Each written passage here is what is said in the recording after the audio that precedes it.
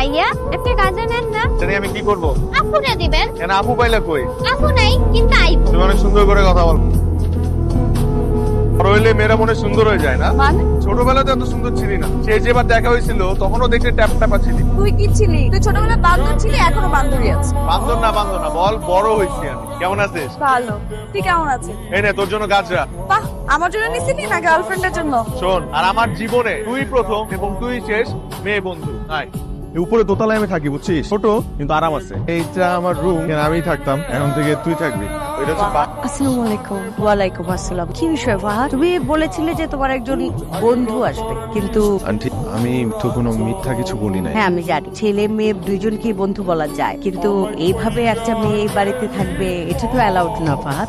ও আমার বন্ধুর মতো, মানে ছোটবেলা থেকে আমরা একসাথে বড় হয়েছি। ও ঢাকার বাইরে থাকে, ঢাকায় ওর কোনো আত্মীয় নাই। তো একটা মেয়ে মানুষ একা একটা হোটেলে গিয়ে উঠবে, এর জন্য চিন্তা করতেছিলাম এখানে নিয়ে আসি। আর আপনাদের কথাও বলছে যে আপনারা খুব ভালো। না সেটা দেখতে ভালো লাগবে না, কিন্তু এটাও তো দেখতে ভালো লাগবে না। আন্টি প্রিয় মায়ের মতো, খুবই স্বাভাবিক আপনি সচেতন ভাবে এমন কথাই বলবেন। অবিবাহিত ভাবে একটা ছেলে একটা মেয়ে যদি পাশাপাশি থাকে, মানুষজন তখন প্রশ্ন তুলবেই, কথা বলবেই। আন্টি আমরা সম্পর্কে খালাতো ভাই বোন হলেও ছোটবেলা থেকে আমাদের সম্পর্কে একদম বন্ধুর মতো। আন্টি আপনি আপনার মেয়ে মনে করে যদি আপনার বাসায় আমাকে একটু থাকা জায়গা দিতেন আন্টি, আমি প্রমিস করছি আমি একটা চাকরি পাওয়ার সাথে সাথে এখান থেকে চলে যাব। মেয়ের মতো বলেছো, থাকো। ওরে এসে গেছে, বস না, জায়গা নেই, নাও ধরো। কিন্তু বসবো কোথায়? এটা কার বিছানা? রুমটা আসলে কার? মানে তুই আমার বাসায় আসছিস না আমি তোর বাসায় আসছি? আঙ্কেল আন্টির এক করে ফেলছস? শোনো ফাহাদ, সে কিন্তু ভীষণ লক্ষ্মী মেয়ে। নিজ হাতে চা বানিয়ে আমাদের রুমে গিয়ে এত চমৎকার ভাবে দাওয়াত দিল, আমরা না এসে পারলাম না। হ্যাঁ চল আমি একটু গোসল করে আসি। আচ্ছা তোর যদি গোসল করার জন্য পানি লাগে, অন্য কোনো কাজে পানি লাগে আমাকে বলবি, আমি উঠাই দিব। তুই আবার কষ্ট করিস না।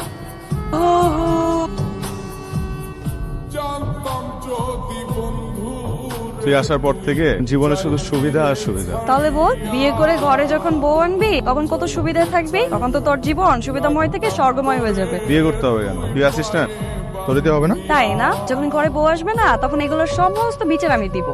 কি রে কি রানছিস? আই রাখ, হাত মুখ না ধুয়ে তুই খাবারে হাত দিচ্ছিস, গোসল করে তারপরে খেতে বসবে, আমি খাবার দিচ্ছি। বলাই ভুল হয়েছে। আরে শোন, একটা মানুষের ইমার্জেন্সি দরকার, এমন করতেছিস কেন? আচ্ছা কর তাড়াতাড়ি কর। আপনি কেন বুঝতে পারছেন এই কাজটা সম্ভব না? আপনার এই রানিং, কিন্তু আমি তো চাই এটা না করলে আমি আসলে সম্ভব না আমার ক্ষেত্রে। আপনি একটু যেভাবে আপনি চাইলে তো হবে না, আপনি গার্জিয়ান নিয়ে আসেন, বন্ড দিন, তাহলে আমি করে দেবো। কিন্তু আমি কিভাবে এটা করবো? আমি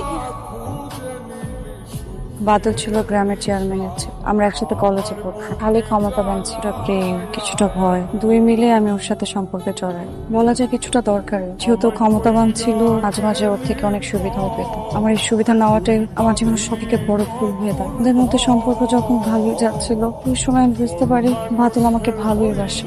যা ছিল সবকিছু ছিল না, ও যা ছিল তা পেয়ে গেছে দেখে ও এখন আর আগের মতো চায় না। আমাকে নাকি ওর আর ভালোই লাগে না।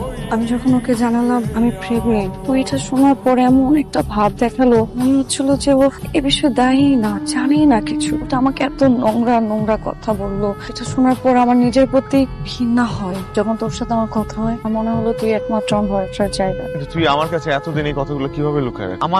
আমাকে তো একটাবার বলতে পারতি, যেখানে আমি তোকে আমার সবচেয়ে আপন মানুষটা ভেবে বসে আছি, সেখানে তুই আমার সাথে এই কাজটা করলি। আর কি তুই এই কাজটা একদম ঠিক করিস না। দেখ ফাহাদ, আমি খুব অসহায়, এখন তুইও যদি আমার সাথে এমন করিস তাহলে আমি সত্যি অনেক বেশি অসহায় হয়ে পড়বো। শোন, আপন মানুষের কাছ থেকে মানুষ তখনই কথা গোপন করে যখন সেই মানুষটাকে সে আপন মানুষ ভাবেই না। তুই হয়তো আমাকে কখনো আপন মানুষ ভাবিস নাই। তো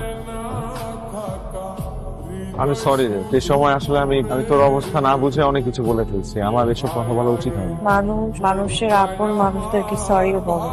আপন চেনা আসলেই বড় দায়। তো ছোটবেলার সেই স্বভাবটা এখনো গেল না। আজকে আমি মন থেকে তোকে একটা কথা বলবো, তুই রাখবি? দেখ, জীবনে একটাবারের জন্য তুই যদি আমাকে আপন ভাইবা থাকিস তাহলে আমার এই কথাটা রাখ প্লিজ। তুই অভিমান কর, রাগ কর, যা খুশি কর, তুই এমনটা করিস না প্লিজ। কি বলতেছিস? তুই বুঝতেছিস তুই কি করতে চাইতেছিস? ওর অপরাধটা কি? হ্যাঁ, তুই ওরে কেন পৃথিবীর আলো দেখা থেকে বঞ্চিত করতেছিস? ও কি করছে? দেখ, এই কাজ করার অধিকার সৃষ্টিকর্তা তোকে আমাকে কাউকেই দেয় নাই। তুই একটা জীবনকে এভাবে শেষ করে দিতে পারবি না। আর পরিবার, আমি তোকে কথা দিতেছি, আমার সামর্থ্য অনুযায়ী আমি সবটা দিয়ে তোরা তোর সন্তানের জন্য চেষ্টা করে যাবো, সাহায্য করার। I promise. নিতে পারেন, আপনাকে নিজের খেয়াল রাখতে হবে। কিছু টেস্ট দিয়ে দিচ্ছি, আর এগুলো একটু করে আসবেন। করতে না